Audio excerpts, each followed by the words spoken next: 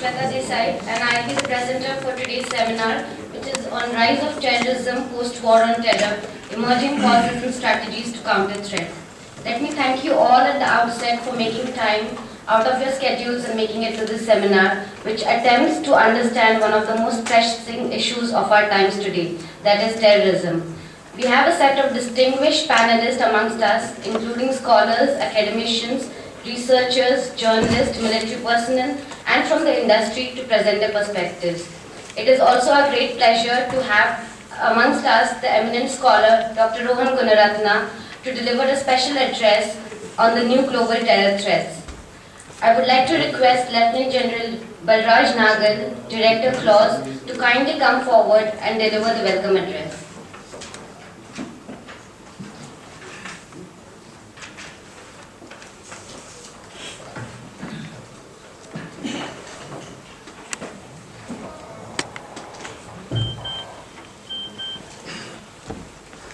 Good morning, ladies and gentlemen. Center for Land Warfare Studies welcomes all our distinguished speakers. Raise your mic. Thank you. Thank you. We welcome our distinguished speakers, our esteemed guests and participants to this seminar. And of course, a special gratitude to Dr. Rohan Gunaratna and Dr. Thomas Marks for having accepted our invitation to be here and share their views during the seminar. It's a very special effort by them. So we do appreciate what they're doing for us. The seminar per se is going to look at the rise of terrorism post the global war on terror. Shweta decided that she needed to be a little focused, but goes to say that you cannot discuss anything without relating to the past. So some relevance may be there of the past. When I start, I will talk of my generation. We all recollect the first 1968 airliner hijack, followed by a number of hijacks in 1970. And those airplanes were burnt also. And then of course came the Munich massacre in 1972. And then we saw the Mujahideen war in Afghanistan and the rise of Al-Qaeda, which resulted from it. And they had a foothold in Afghanistan and Pakistan. And then of course within India we saw the militancy in Punjab in 1980s and 90s, and the influx of foreign terrorists into Jammu and Kashmir in the 1990s. So this phenomena has been in India also. This century of course saw, it started with 9/11, all of you are very familiar with it. And then we launched this global war on terror. I think it's been with mixed results. We can debate that later. The invasion of Iraq also had its own repercussions. It has resulted in certain terror groups now coming up. Syria has fueled some more terror groups. And there are various offshoots of Al-Qaeda in the world. ISIS, Boko Haram, the Taliban in Pakistan and Afghanistan, the Lashkar-e-Toiba and Jaish-e-Mohammed, which are focused more in India. And these are some names I referred to, but there are many more. I'm sure the speakers will allude to those. In the last few years, the world's imagination or attention has been captured by events which have unfolded more so in the Middle East or West Asia as we call it, which have been mass demonstrations, public uprisings, civil wars and insurgencies. Of course, bombings, kidnappings, beheadings, barbaric acts of terrorist groups are all well known to most of you. Killing of civilians in large numbers, destroying of ancient heritage, earlier Afghanistan and now at Nimrud. And of course, in the war on terror and terrorism, both are destroying even newer structures. So we actually live in a very troubled world right now, I don't think we've had a situation like this at the sub-conventional level of terror, as we call it.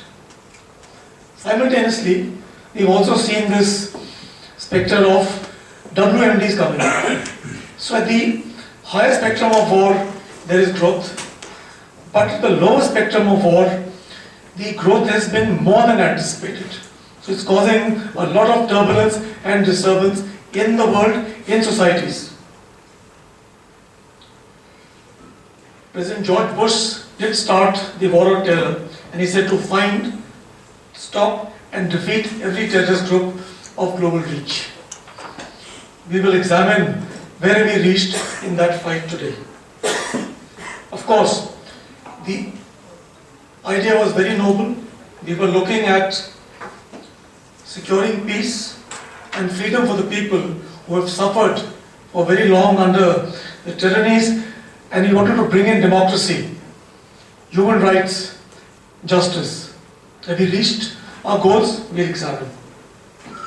The notion of nation building and living in harmony probably has not gone according to the expectation that we had. On the other hand, regime changes have provoked radical elements to form terror militias and establish their own structures. We'll look at the structures also today. It is often cited that foreign occupation fuels terrorism. We should examine this aspect. And they quote the Taliban in Afghanistan, the Al-Qaeda in Afghanistan, Pakistan, and of course the present form of Al-Qaeda and other groups all over the world, which number approximately about 1,000. They are armed groups, they may not be in the same league. The activities and capabilities of these transnational terror groups have caused maximum death and destruction in Iraq, in Afghanistan, Pakistan, Nigeria and Syria. The Islamic State, more in Iraq and Syria, the Boko Haram in Nigeria, the Taliban in Afghanistan, the Al-Qaeda in various parts, they account for 60% of the terror in the world. So few groups are actually in their 80-20 principle. The increase of terror by these groups have made Nigeria, Iraq, Syria, Pakistan, Afghanistan the new hotspots of terrorism as perceived by the world. Therefore, we think the growth of terror groups warrants an examination of the war on terror itself and how should we defeat this scourge of terrorism. So we will examine what are the driver or causes of the growth of these dangerous groups. What are their aims, ideas, objectives and goals? How are these groups financed and sustained? What are the source of weapons and equipment? What are their organizational structures to carry out various activities which they do? What strategies and methodologies have they adopted to motivate, recruit, train and execute their plans?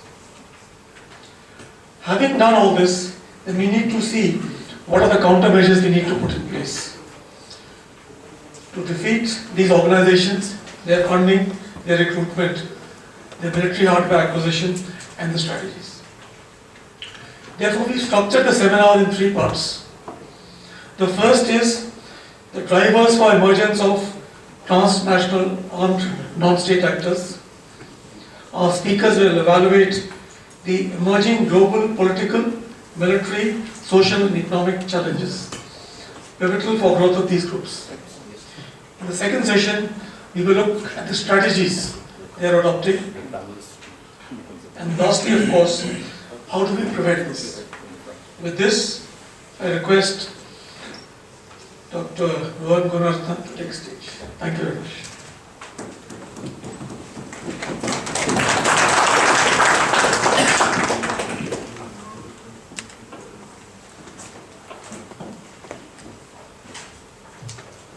Thank you very much, General Nagar. Ladies and gentlemen, The contemporary wave of international terrorism originated in the Middle East in 1968. Since then, the epicenter of international terrorism was located in the Middle East until 1979. On Christmas Day, the Soviets invaded Afghanistan, and that led to the foundation that created so many different Muslim terrorist organizations from Asia, Africa, Middle East to come to Pakistan and create what you call a global network of terror. So from the epicenter of international terrorism that was in the Middle East shifted to India's immediate neighborhood. Since then, we have seen more than 30 different threat groups that have emerged in Pakistan and in Afghanistan, and they pose a very real threat. What we saw was that the Soviets left in February of 1989, 10 years in Afghanistan, and a few months before the Soviets left Afghanistan, a group called Al-Qaeda al-Sulba was created. Al-Qaeda al-Sulba was created August 11, 1988. The ideological mentor of that group is Abdullah Azam, the man who was very much responsible for coordinating the Arab effort in the fight against the Soviets. In fact, his group was known as Maktab al-Qidama, that was created in 84, and this was renamed as Al-Qaeda al-Sulba in August of 1988. Bin Laden took over the leadership of that group. It was a combination of largely the Saudi Yemenis working with two Egyptian terrorist groups, the Al-Gama al-Islamiyah and the Al-Jihad al-Islamiyah, or the Islamic group of Egypt and the Egyptian Islamic Jihad. The leader of the Egyptian Islamic Jihad that joined Al-Qaeda at that time was Dr. Ayman al-Zawahiri, and he's the current leader of Al-Qaeda. So in many ways, the genesis of international terrorism at its peak can be traced back to the anti-Soviet multinational Afghan Mujahideen campaign. Al-Qaeda's greatest strength was that Al-Qaeda invited groups from Asia, Africa, and the Middle East, about 30 different terrorist groups, to come to Afghanistan, and they provided the training infrastructure. Mullah Omar Taliban provided the support for that particular enterprise. So Al-Qaeda gave 30 to 40 groups training, weapons, finance, and the most important thing, ideology or a belief system. And that is what led to the creation of the first global terrorist organization called Al-Qaeda. Of those 30 to 40 groups, one of the associated groups of Al-Qaeda is called ISIS. And I will very quickly share with you the genesis of ISIS, or the group known as IS, because I had worked in Afghanistan, visited Afghanistan many times, and I also worked in Iraq in the main detention center called Camp Cropper, including visited Camp Bakr, where the current leader of ISIS, Abu Bakr al-Baghdadi, was once a detainee.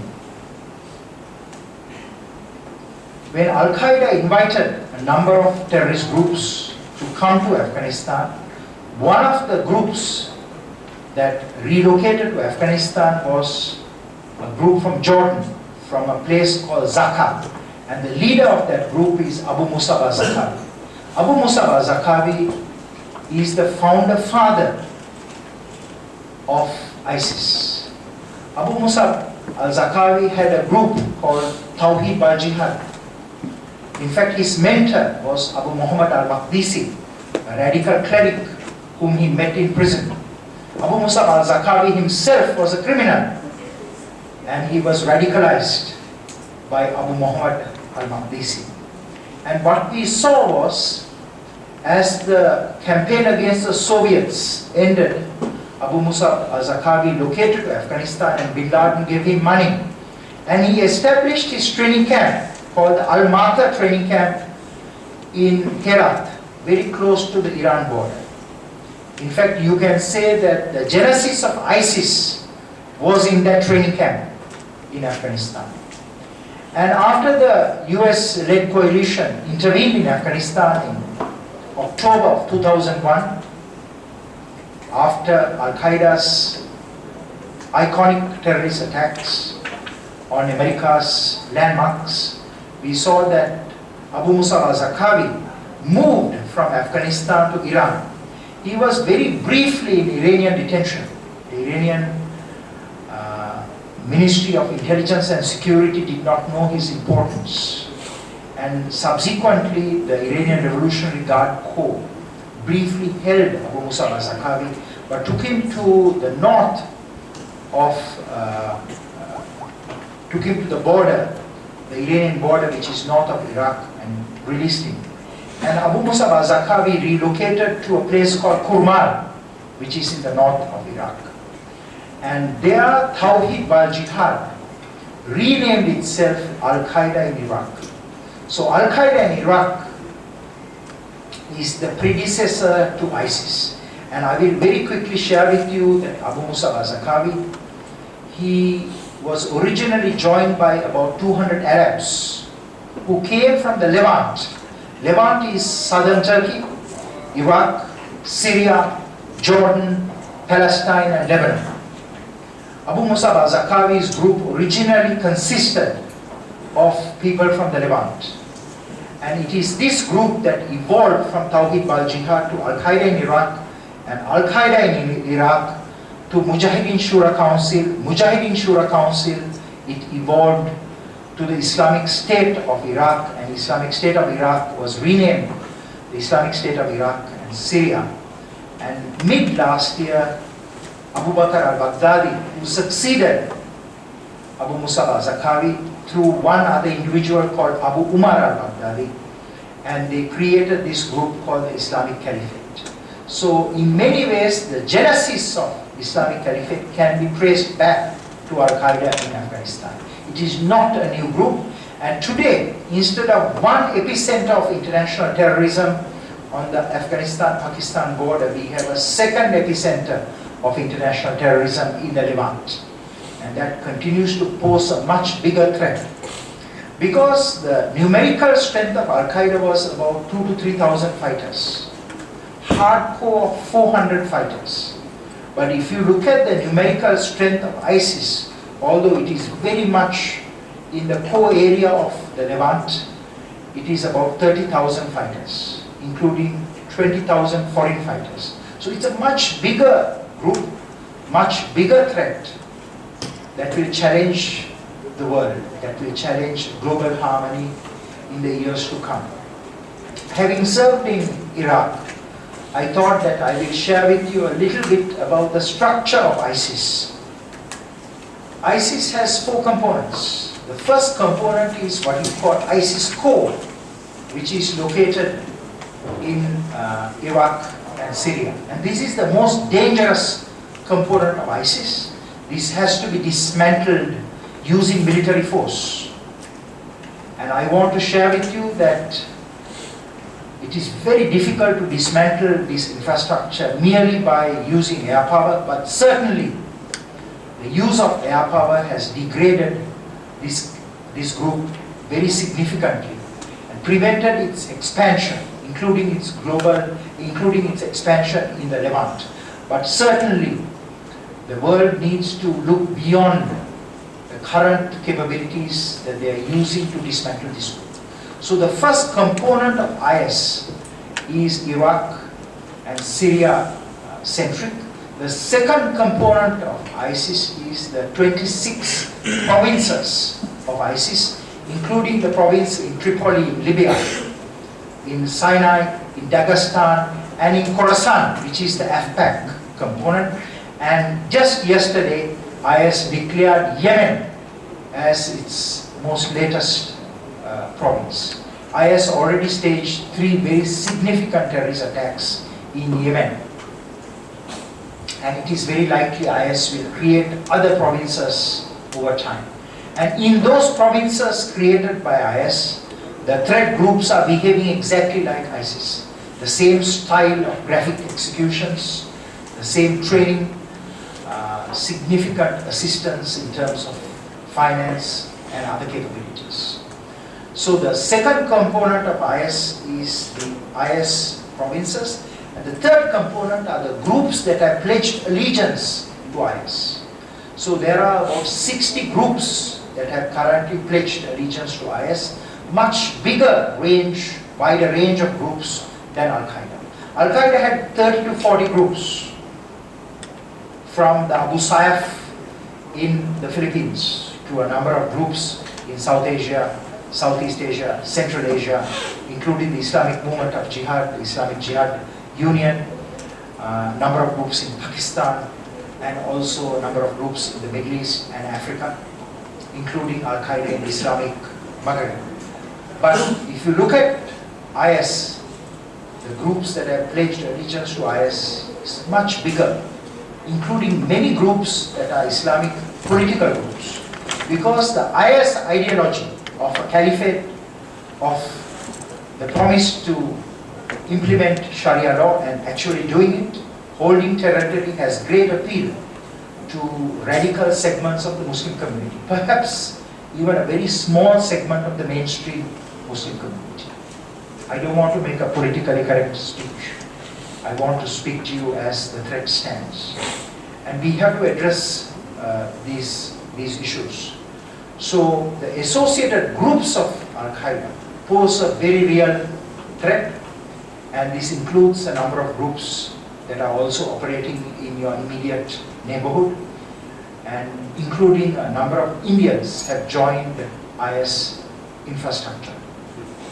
Let me also share with you that in Southeast Asia itself, the area that I currently work from, we have identified 21 groups, but these groups are largely political groups, not terrorist groups. So you can see the political organizations also joining IS, and this poses a very significant threat because IS is radicalizing these groups. The fourth component of IS, the social media.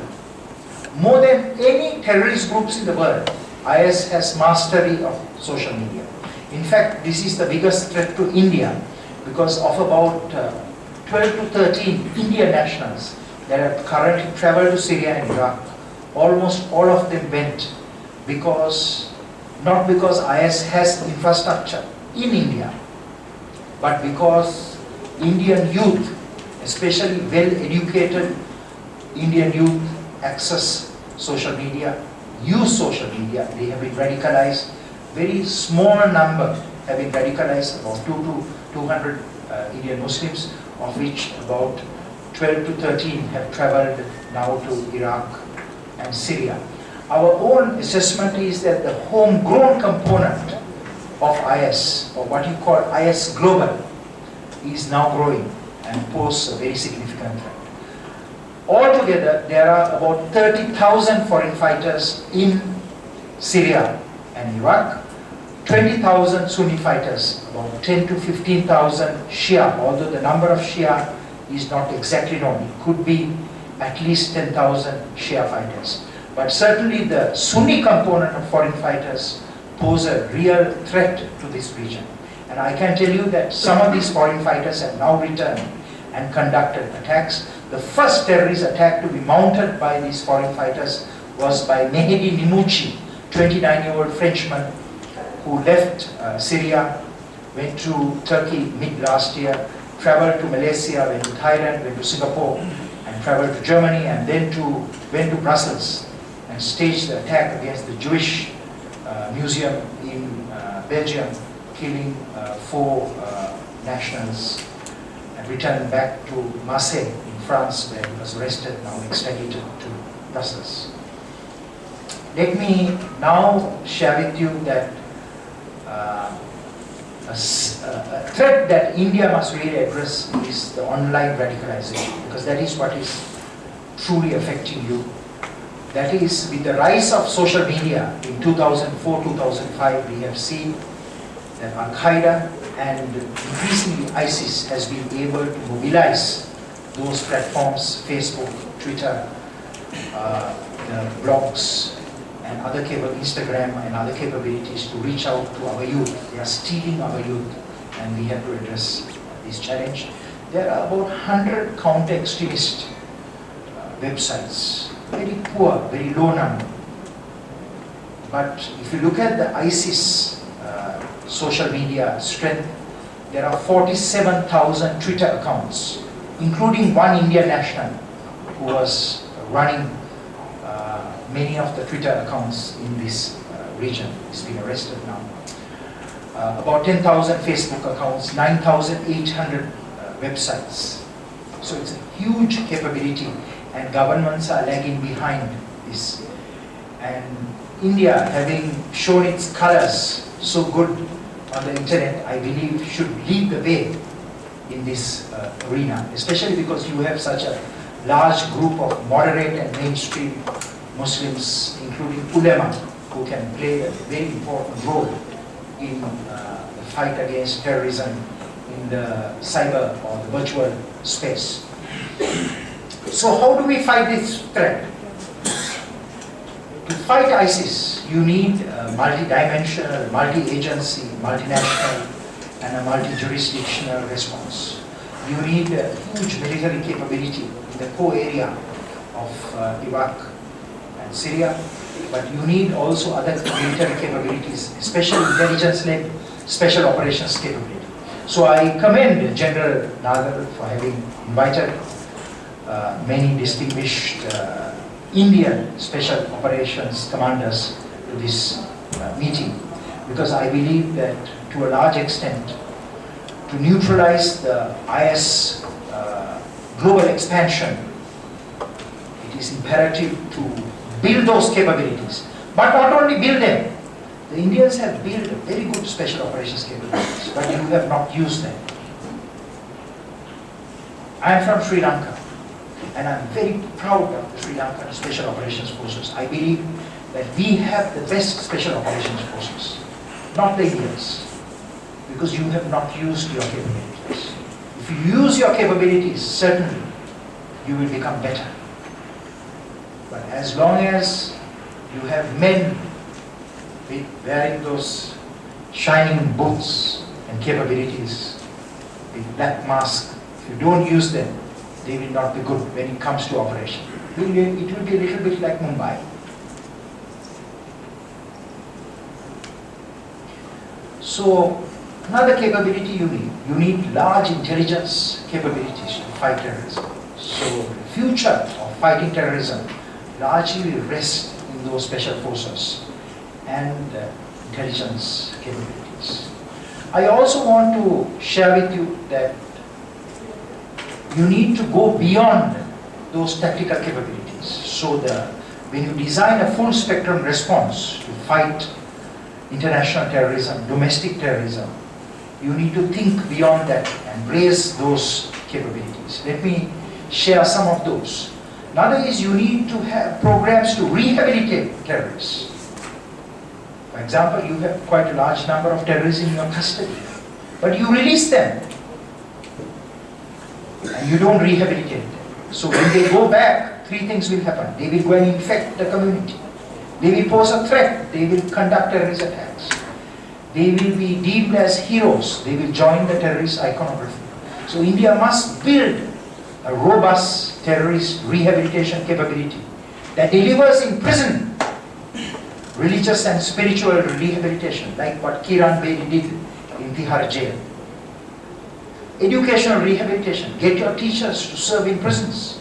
Vocational rehabilitation, get your business companies to teach the terrorists farming, agriculture, fishery, carpentry, woodwork.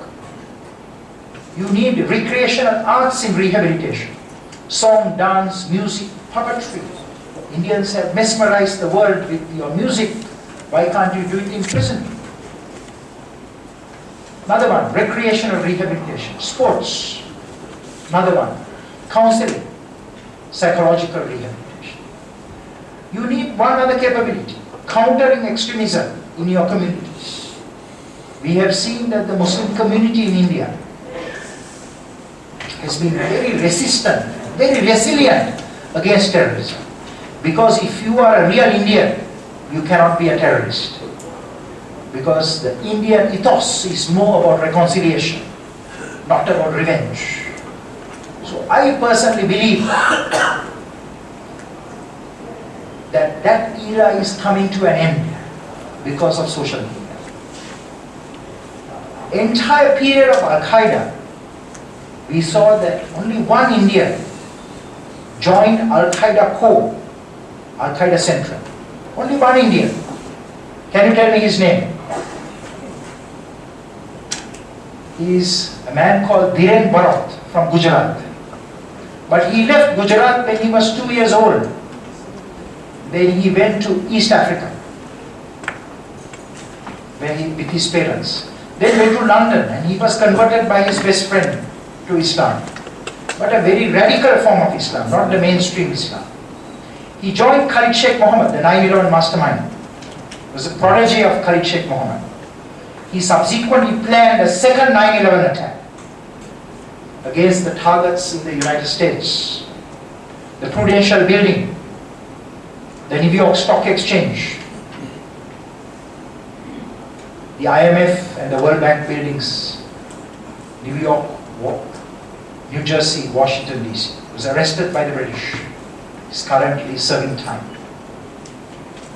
There are other Indians that subsequently joined Al-Qaeda associated groups. But to join core Al-Qaeda, he was the only one. But this era is coming to an end because of the extensive use of social media. So you need to engage the Muslim communities to build that crucial partnership. Create harmony centers in your schools. Create harmony centers in your villages, in your towns, in your cities. To bring the Muslim community, engage and interact with them. So that you create common platforms for Buddhists, Hindus, Christians, Muslims, Jains, Jews, and other religious groups.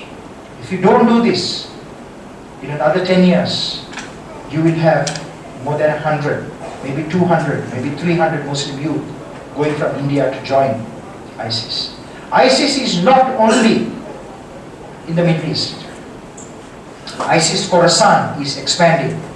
ISIS Khorasan, AFPAC, has already mounted number of attacks. They are operating in tribal Pakistan, South Waziristan, North Waziristan, Roksai, Bajor, those agencies. Also in Afghanistan, in Kuna, Nangarhar, and it's expanding. I believe that there will come a point where Pakistan will suffer so much from terrorism that India and Pakistan will have to cooperate and collaborate together. Many of you have your own views on Pakistan, but today Pakistan is suffering tremendously from terrorism. It is a good time for you to join hands with Pakistan. Some Pakistanis may not realize, but unless India and Pakistan cooperate, both of you will suffer. And one must recognize two aspects about Pakistan. That is, 2002 onwards, Pakistan worked with the Americans to dismantle the Al-Qaeda infrastructure. Khalid Sheikh Mohammed, 9/11 mastermind, arrested in Rawalpindi. Abu Zubaydah, arrested in Faisalabad. 600 Al-Qaeda operatives have been killed or captured. Mostly ISI and other agencies working against Al-Qaeda. Certainly, they did not fight the Afghan Taliban. But Pakistan Taliban, yes, there must be a recognition within India, and there must be a joint partnership Because if you look at the threat that is now emerging in Afghanistan and Pakistan, it is a threat Pakistan alone cannot fight. But it is a threat that requires joint cooperation and collaboration. If you do not work together, this threat will ultimately affect Pakistan and Afghanistan and will have serious consequences, not only for India, but for the entire South Asian region. I thank you very much.